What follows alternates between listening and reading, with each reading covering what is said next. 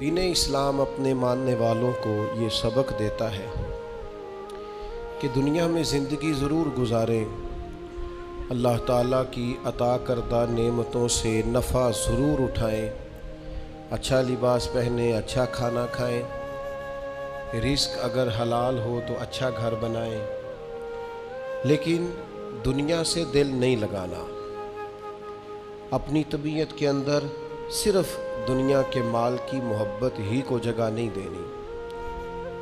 کمر سیدھی رکھنے کے لیے کھانا کھایا جاتا ہے اور ستر چھپانے کے لیے لباس پہنا جاتا ہے اور سر چھپانے کو چھت بنائی جاتی ہے۔ مقصد زندگی روٹی کھانا نہیں، مقصد حیات اعلیٰ لباس پہننا نہیں، اسی میں کھو جانا، اسی میں زندگی گزار دینا، اور ہر وقت مال کو کیسے بڑھانا ہے، شہرت کیسے حاصل کرنی ہے، دنیا میں نام کیسے کمانا ہے، اس میں پوری طرح اپنے آپ کو ملوث کر لینا، الجھ جانا، یہ انسان کو تاریک رستوں میں لے جاتا ہے۔ سب سے بڑا نقصان یہ ہوتا ہے کہ دل سخت ہونے لگ جاتا ہے۔ مفاد پرستی کی وجہ سے انسان صرف لالچ کے ساتھ انسانوں سے پیار کرتا ہے، اس کے اخلاص کے رشتے آہستہ آہستہ ختم ہونے لگتے ہیں، اور اسے خود محسوس ہوتا ہے کہ یار میری زندگی کوئی خاص معنی نہیں رکھتی، میں ایک ایسا شخص ہوں جس کا کام ہی صرف پیسہ کمانا ہے، جس کا کام ہی صرف دنیا میں نام پیدا کرنا ہے، کوئی معنویت نہیں، حساسیت نہیں، کیفیات سے خالی ہو جاتا ہے بندہ۔ اللہ تعالیٰ نے قرآن مجید کے اندر اس حقیقت کو بیان کیا، ارشاد فرمایا المال والبنون زینت الحیات الدنیا، فرمایا مال اور اولاد یہ جیتی دنیا کا سنگھار ہے۔ مال اور بیٹے، مال اور اولاد یہ حسن ضرور ہیں، پر جب تک بندہ زندہ ہے اتنی دیر تک۔ یہ جتنی آپ اور میں خود اندازہ کر لیں کہ زندگی کتنی کو لمبی ہے، کتنی کو لمبی ہوتی ہے آج کل، فرمایا یہ اتنی دیر تک زینت ہے جب تک انسان زندہ ہے، والباقیات الصالحات، اور فرمایا باقی رہنے والے تو نیک عمل ہیں۔ جو چیزیں باقی رہیں گی، جن کا اجر ملے گا، جو قیامت میں سامنے آئیں گی، وہ صالحات ہیں۔ والباقیات الصالحات خیر عند ربک، اور فرمایا باقی رہنے والی جو اچھی باتیں ہیں، جو اچھا عمل ہے، اس کا ثواب تمہارے رب کے پاس ہے، اور صرف ثواب نہیں، ثوابا و خیر عملا، اور وہ بڑی ہی بہتر چیز ہے جو اللہ کی بارگاہ میں، وہ بہترین تحائف ہیں تمہارے لیے جو قیامت میں ملیں گے۔ نبی کریم صلی اللہ تعالیٰ علیہ وسلم نے لوگوں کے سامنے دنیا کی بے ثباتی کو بیان فرمایا۔ حضور نے اپنے غلاموں کو یہ سبق دیا ہے کہ تم تھوڑی دیر کے لیے دنیا میں آئے ہو، اور اپنے لیے بھی سرور کائنات علیہ السلام نے یہی پسند فرمایا، فرمایا میں کوئی تمہاری دنیا سے نفع اٹھانے نہیں آیا، تھوڑی دیر وقت گزارنے، ڈیوٹی کرنے آیا ہوں، پھر اللہ کے حضور چلے جانا ہے۔ اور امت کو بھی یہ سبق دیا کہ مسافروں کی طرح، راہگیروں کی طرح تم نے وقت گزارنا ہے، تم نے اس طرح کا ماحول نہیں بنانا کہ تم سمجھو کہ صرف ایک ہی جہان ہے، اس کے بعد معاذ اللہ کوئی زندگی ہی نہیں ہے۔ ایک زندگی اس کے بعد ہے، مرنے کے بعد جو اللہ تعالیٰ جنت میں بندے کو انعامات عطا کرے گا، اس کے لیے جد و جہد کرنی۔ حضرت مولا علی شیر خدا رضی اللہ تعالیٰ عنہ روایت فرماتے ہیں، فرماتے دو قسم کے بیٹے ہوتے ہیں، ایک دنیا کا بیٹا ہوتا ہے، ایک آخرت کا بیٹا ہوتا ہے۔ فرمایا دنیا کے بیٹے نہ بننا، آخرت کے بیٹے بننا۔ اور نبی کریم علیہ السلام نے فرمایا وہ لعنتی ہے جو درہم و دینار کا بندہ بن گیا ہے۔ بندہ تو اللہ کا بننا چاہیے تھا، لیکن اس نے لعنت کٹھی کی ہے، یا درہم کا بندہ بن گیا یا دیناروں کا بندہ بن گیا، یعنی مال دولت سونا چاندی اس کا بندہ بن گیا، حالانکہ اسے اللہ کا بندہ بننا چاہیے۔ اتنا اپنے آپ کو لالچی کر لینا، اتنا حریص کر لینا کہ مطلب سارا کچھ ہی دولت بن گئی، ہر چیز کو دولت کے نقطہ نظر سے دیکھنا شروع کر دیا۔ اس قدر زیادہ لوگ الجھ گئے کہ قرآن مجید نے کہا الہاکم التکاثر حتی زرتم المقابر، فرمایا تمہیں غافل کر دیا ہے مال کے لالچ نے یہاں تک کہ تم نے قبروں کے منہ دیکھ لیے، یعنی مرتے دم تک صرف پیسہ اکٹھا کیا ہے، صرف اور صرف اپنی ذات کے فروغ کے لیے، اپنے میک اپ کے لیے، اپنے آپ کو بنانے سنوارنے دکھانے نام پیدا کرنے میں وقت ضائع کر دیا۔ اور یہ بہت بڑا مسئلہ ہے ہمارے دور کا، ہم اپنے ذاتی قد کو اونچا کرتے رہتے ہیں ہر وقت، میرا نام ہو جائے، کوئی پتہ چل جائے کوئی، اور سیانے سیانے بندے، معاملہ فہم بندے، مدبر آدمی، ایسا نہیں کہ بے وقوف ہے، سمجھدار ہیں، لیکن بیچارے تصویروں کے چکر میں پڑے ہوئے ہیں، فوٹو بازی کر رہے ہیں۔ آپ حیران ہوں گے کہ ہماری قوم ایک طرف یہ ہے کہ لوگ بیچارے بلوں کے لیے پریشان ہیں کہ ان کے پاس ادا کرنے کو پیسے نہیں، اور دوسری طرف ہمارے پاس اتنا پیسہ ہے کہ صرف بڑے سارے بورڈ پر ہم نے بڑی ساری ایک فلیکس لگوائی ہے جس کی کوئی ضرورت نہیں تھی، اس پہ عید مبارک لکھا ہے، اور مسئلہ عید مبارک کا نہیں تھا، وہ جو جس کی نیچے فوٹو لگی تھی نا، اس نے ذرا دکھانا تھا کہ میں بھی یہاں رہتا ہوں۔ یہ کیا ہے بھلا؟ یہ وہ نفس کی تسکین ہے، یہ وہ قرار ہے کہ جس کے پیچھے تھک گئے لوگ، یعنی کو تھوڑی تعریف کر دے دل ٹھنڈا ہو گیا، سکون آ گیا، وہ ذرا پتہ چل گیا 10 آدمی مجھے جانتے ہیں، کوئی تسلی ہو گئی۔ یہ اتنی بڑی نفس پرستی میں انسان لگ جاتا ہے کہ پرانے جو حکمران ہوتے تھے انہوں نے وظیفے پہ لوگ رکھے ہوتے تھے کہ تم نے ہماری تعریفیں کرنی، تنخواہیں ملتی تھی خوش آمدید کرنے کی، شعراء کو خریدا جاتا تھا ہمارے مناقب لکھو، نفس کی تسکین۔ لیکن کچھ رب کے بندے ایسے بھی تھے جنہوں نے قرآن جب غور سے پڑھا، جنہوں نے احادیث مبارکہ کو بالغ نظری سے دیکھا، جنہوں نے صحبت رسول قریب سے اٹھائی، تو انہیں طے ہو گیا کہ اصل گھر تو آخرت کا گھر ہے، والآخرۃ خیر وابقیٰ، آخرت خیر والی بھی ہے، ہمیشہ باقی رہنے والی۔ جب یہ طے ہوا تو پھر ان لوگوں کی صورتیں لوگوں کے سامنے آئیں، تو ان کی زندگیاں بھی لوگوں نے دیکھی، تو عش کر اٹھے۔ ان پہلی صف کے زاہدوں کو دیکھو گے نا، تو جب سب سے پہلے نام گنو گے تو ان میں ایک نام حضرت عمر فاروق کا بھی ملے گا۔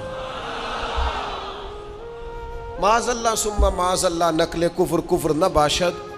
کچھ لوگ ایسے بھی ہیں رفس زدہ، اور ایسے لوگ جنہوں نے معاذ اللہ ثم معاذ اللہ صحابہ کے بارے میں جن کی رائے ٹھیک نہیں، آپ حیران ہوں گے کہ جو معاذ اللہ ثم معاذ اللہ حضرت عمر کے بارے میں رائے ٹھیک نہیں نہ رکھتے،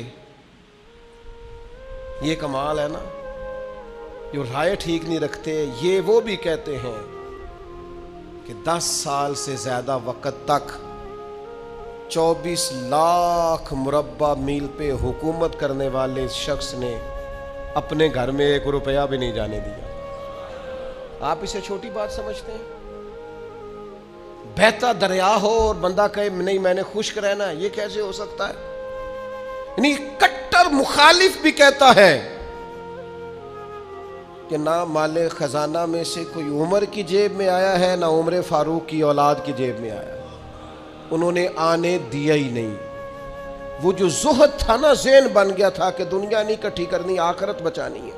اور یہ ایک بات اور بھی ذہن میں رکھ لیں، زہد سے مراد یہ نہیں کہ بندے کی جیب میں کوئی شے نہ ہو تو پھر وہ زاہد ہوتا ہے۔ حضرت سلیمان بھی زاہد تھے، پر انہوں نے دنیا پر حکومت کی ہے۔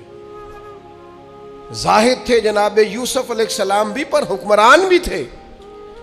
کوئی نہیں ملے گا اتنا بڑا زاہد جتنے بڑے زاہد اور پرہیزگار حضرت عثمان غنی تھے، پر گھر میں لاکھوں کروڑوں پڑے رہتے تھے۔ پیسہ ہونا اور بات ہے، لیکن دل پیسے سے لگا ہونا یہ اور بات ہے۔ حضرت عمر رضی اللہ تعالیٰ عنہ کی زندگی ساری پڑھ لو اور غور سے پڑھ لو، معاذ اللہ کوئی ناقدانہ انداز میں بھی پڑھ لے، مخالف آئے میدان میں، ایک بات ماننی پڑے گی کہ دائیں بائیں آگے پیچھے دولتیں پھرتی رہیں، پر فاروق اعظم کی نظر کو دولت لبھا نہیں سکی. ان کا دھیان سیدھا یا بیت اللہ شریف کی طرف رہا ہے یا گنبد خضرا والے محبوب کی طرف رہا ہے. لبھایا نہیں کسی چیز میں، نہ کوئی چیز قریب آ ہی نہیں سکی. حضرت سعد بن ابی وقاص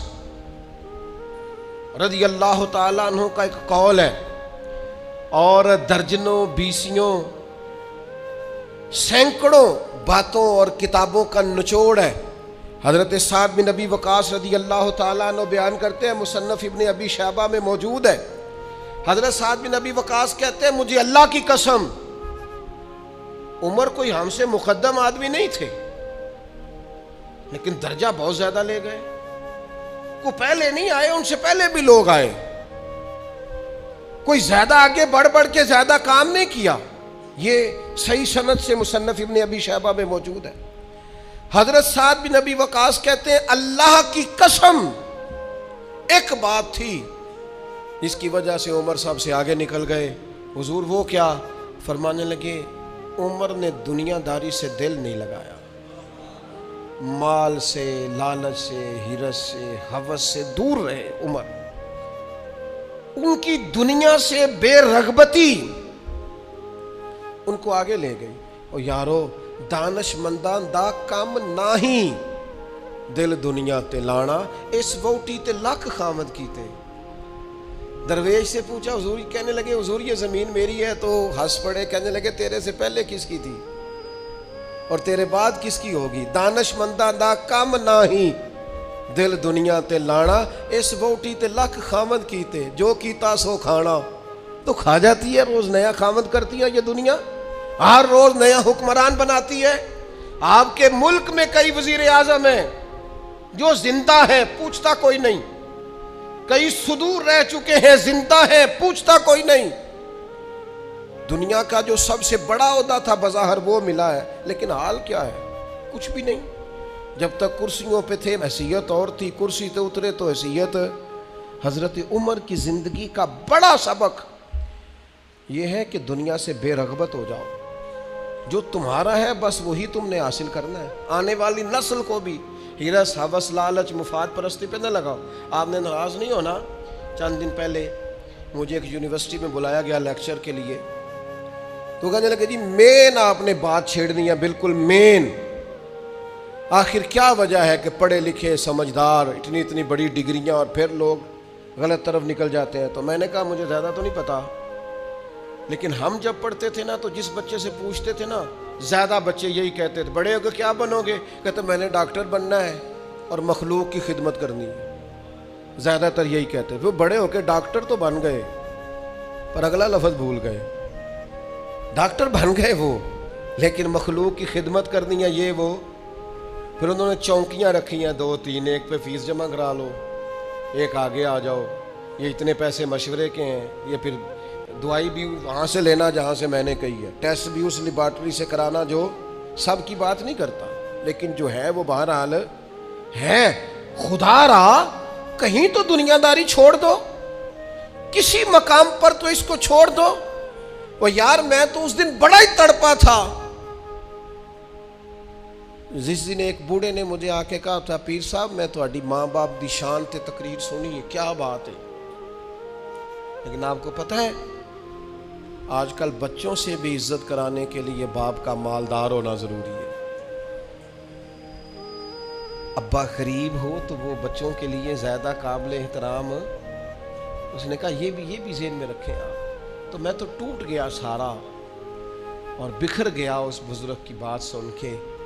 اس نے کہا وہ غیروں سے مشورے لیتے ہیں صرف اس لیے کہ ان لوگوں کی جیبوں میں پیسے ہیں، اور میں نے بھی زمانوں کو سبق پڑھایا ہے، لیکن چونکہ جیب خالی ہے تو لہٰذا میں زیادہ سمجھدار اور سیاںا بندہ نہیں رہا. پیسے بھی نہیں. جب تک زہد نہیں پیدا ہوتا تلنے لگ گئی ہیں چیزیں، گھٹن محسوس ہوتی ہے، گھٹن. حضرت عمر کی زندگی کا زہد اصل تھا. میں آپ سے عرض کروں 2 قسم کا مسئلہ ہے ہمارے ملک میں. کچھ کو اس لیے نیند نہیں آتی کہ لائٹ گئی ہے تو پنکھا بند ہے، لیکن کچھ کا پنکھا چلتا ہے انہیں نیند نہیں آتی کیونکہ اے سی بند ہے. پکی بات بتا رہا ہوں، بالکل پکی. نہیں نیند آتی انہیں جب تک اے سی نہ چلے. عادت ہو گئی, پیدا ہی اے سی میں ہو گئی. دل لگا لیا دنیا سے, مزاج نہیں. بھائی جب تک آپ کی طبیعت میں زہد پیدا نہیں ہوتا. اچھا یہ جو غریبی امیری ہوتی ہے نا, یہ بھی احساس سے وابستہ ہوتی ہے. آپ کا ذہن بن جائے نا کہ کوئی یار کی سوچے گا, تو پھر آپ گئے کام سے. اور اگر سادے کپڑوں میں آپ خوش ہیں نا تو انشاءاللہ کوئی کچھ بھی نہیں سوچے گا. اگر آپ غیر مطمئن ہیں تو پھر سارے ہی سوچیں گے کہ پتہ نہیں یار دیکھو کس طرح کپڑے پہنے. اور اگر آپ مطمئن ہیں تو انشاءاللہ تعالیٰ کسی بندے کو بھی کوئی پریشانی, کوئی ٹینشن نہیں ہوگی, کچھ بھی نہیں ہوگا. آپ کو ہے جتنا بھی اندر معاملہ, آپ سادہ زندگی میں خوش ہیں تو ساری دنیا ہی ٹھیک ہے. لیکن اگر آپ ہی بڑے پریشان ہیں کہ یار دیکھو میں مطلب کس طرح کا میں نے لباس پہنا ہے, تو پھر حالات خراب ہیں. معروف تابعی ہیں حضرت عبید بن عمیر رضی اللہ تعالیٰ عنہ, وہ فرماتے ہیں میں نے حضرت عمر کو نا جمرات کی رمی کرتے دیکھا. ہم اپنے لفظوں میں کہتے ہیں شیطانوں کو کنکر مارنا حج کے موقع پر. کہتے ہیں میں نے جمرات کی رمی کرتے دیکھا حضرت عمر کو 11-12 ذی الحج کو. وہ کنکر مار رہے تھے تو میں ان کے پیچھے تھا, تو صرف پشت پر نا 12 پیوند لگے ہوئے تھے کپڑوں. صرف کمر میں نے دیکھی کیونکہ صرف پشت میری جان 12 پیوند لگے تھے. لیکن فرماتے ہیں جب انہوں نے رخ میری طرف کیا تو جلال وہی تھا جو حضرت عمر کا ہونا چاہیے. میں بڑی دفعہ کہتا ہوں, مجھے پھر کہہ لینے دو یار, روب کپڑوں کا نہیں ہوتا, کردار کا ہوتا ہے. آپ کپڑوں سے روب ڈالنا چاہتے ہیں, بڑے بڑے موبائل ہاتھوں میں پکڑ کے روب ڈالنا چاہتے ہیں, بڑی گاڑیوں سے اتر کے روب ڈالنا چلتے ہیں, کوئی نہیں ڈلتا. اب تو بھائی دنیا ایک سے ایک بڑھ کر ہے. روب آپ کے کردار و عمل کا ہوگا, روب ہوگا آپ کی شخصیت کے وقار کا, آپ کی وفاداری کا روب ہوگا. حضرت عمر رضی اللہ تعالیٰ عنہ کی زندگی میں جو زہد تھا, اچھا انہوں نے بہت سارے گورنروں کو پکڑا, کہا تو ریشم کا لباس پہنتا ہے, یا تو نے مال بنا لیا ہے, چلا ادھر. اور جب بھی کسی کو گورنر بناتے تھے پہلے لسٹ بناتے تھے اس کے پاس کیا کیا ہے, اور وہ لسٹ اپنے پاس رکھ لیتے تھے. 6 مہینے سال میں اگر اس کے مال میں اضافہ ہوتا تو فارغ کر دیتے. لیکن کوئی بندہ انگلی بھلا کیوں نہیں اٹھاتا تھا, یہ بھی سمجھے. کوئی انگلی اس لیے نہیں اٹھاتا تھا کہ پتا تھا کہ اگر ہمیں ڈانٹتے ہیں نا تو گھر اپنے بھی کوئی چیز نہیں لے کے جاتے. آپ غور فرمائیے گا میری بات پر, اور ہمیشہ اس بات کو یاد رکھیے گا, یہ جو ہمارا اعزاز ہے, یہ جو ہماری طبیعت ہے کہ ہمیں پروٹوکول سسٹم چاہیے, اور یہ بہت ساری جگہوں پہ ہے. کبھی کبھی اس سے دل بڑا اکتا جاتا ہے, پریشانی ہوتی ہے کہ یار کوئی تو بندہ اس سے باہر ہو. یہ ابھی حج کا سیزن آیا تھا, میرا ذاتی تبصرہ اس پر یہ ہے کہ کم از کم حج سے تو وی آئی پی سسٹم ختم کریں. آپ 15 لاکھ میں بھی بندہ حج کرنے جا رہا ہے اور 42 لاکھ میں بھی بندہ حج کرنے جا رہا ہے. آپ کو یہ اوپن چیزیں مل جائیں گی کہ کچھ لوگوں کو مینا میں جگہ ملتی ہے قبر کے مطابق لیٹنے کی, اتنی سی جگہ. میں رات کو جب اٹھ کے سائڈ چینج کرتا تھا نا تو میں بیٹھتا پہلے اٹھ کے, تو پھر میں سائڈ چینج کرتا تھا مینا. اور اسی مینا میں آپ نے لوگوں کو اے سی والے بڑے بڑے خیمے بھی دیے ہوئے اور بڑی بڑی کشادہ جگہ بھی دی ہے. آپ وہاں سے وی آئی پی سسٹم مجھے ایک دفعہ ایک صاحب کہنے لگے, پیر صاحب میں نے 50 لاکھ کے قریب کا پیکج بنایا, ہر چیز زبردست. میں نے کہا خانہ کعبہ آ جائے گا کمرے کے اندر چل کے جو کمرے آپ دیں گے؟ کہنے لگا نہیں. تو میں نے کہا جب طواف کرتے وقت کوئی وی آئی پی نہیں, ایک ہی صف میں کھڑے ہو گئے محمود و ایاز, نہ کوئی بندہ رہا نہ کوئی بندہ نواز, بندہ و صاحب و محتاج و غنی ایک ہوئے, تیری سرکار میں پہنچے تو سبھی ایک. او کم از کم کہیں تو اس کلچر سے باہر آ جاؤ. کلچر بن گیا ہے, وہاں کیٹاگری ہیں, پوچھتے ہیں آپ نے اے میں جانا ہے, بی میں جانا ہے, سی میں جانا ہے. آپ کو سادے لفظوں میں کہتے ہیں جنہ گڑ پاؤ گے ہونا میٹھا ہو, جتنے پیسے خرچیں گے اتنی آپ کو وی آئی پی ہوٹل ملے گا, وی آئی پی سواری ملے گی, وہاں سسٹم ملے گا. کم از کم کسی جگہ تو مسلمان چھوڑ دیں. صحابہ فرماتے ہیں جناب عمر جب حج کرنے گئے اور امیر المومنین گئے, اور امیر وقت اس وقت خطبہ حج دیتے تھے, نمازیں پڑھاتے تھے, فرماتے ہیں کوئی کسی قسم کا پروٹوکول نہیں تھا. جہاں گرمی زیادہ ہوتی تھی ویسے درخت کے نیچے آرام کرتے تھے, جہاں گرمی زیادہ ہوتی تھی وہاں حضرت عمر اپنی چادر اتارتے تھے, درخت کی ٹہنیوں پہ ڈال لیتے تھے, چھاؤں ذرا گھنی ہو جاتی تھی. اس کے نیچے آرام کر لیتے تھے. اگر کہیں جگہ پتھریلی ہو جاتی تو وہ زمین پر چادر بچھا لیتے اور وہیں آرام کرتے. اور ایک نقطہ میرے ذہن میں آیا ہے، میں آپ کی خدمت میں عرض کر رہا ہوں. میرا خیال ہے کہ جب امیر وقت اس طرح کا ٹائم گزارتا ہے تو پھر غریبوں کو بھی غریبی یاد نہیں رہتی، پھر کلچر ہی بدل جاتا ہے ملک کا. پھر کوئی بندہ شکوہ نہیں کرتا، وہ سمجھتا ہے یار مطلب جب ہمارا امیر اس طرح ہے. لیکن جناب امیر صاحب اتریں گاڑی سے اور 4 چھتریاں ان کے سامنے کر دی جائیں اور ہٹو بچو اور پیچھے ہٹ جاؤ کا رنگ ہو، پھر کیفیات کچھ اور ہوتی ہیں. اپنی زندگی کو سادہ کریں، اپنے اٹھنے بیٹھنے کو سادہ کریں، اپنی غذاؤں کو سادہ کریں، اپنی ملاقات سے تکلف نکال لیں. آپ کیا ہیں، کچھ ہیں، کوشش کریں کہ اند اللہ اچھے مومن بننے کی کوشش کریں. باقی اس کلچر سے جتنا آپ اپنے آپ کو بچائیں گے، سوسائٹی میں خوبصورتی پیدا ہوگی.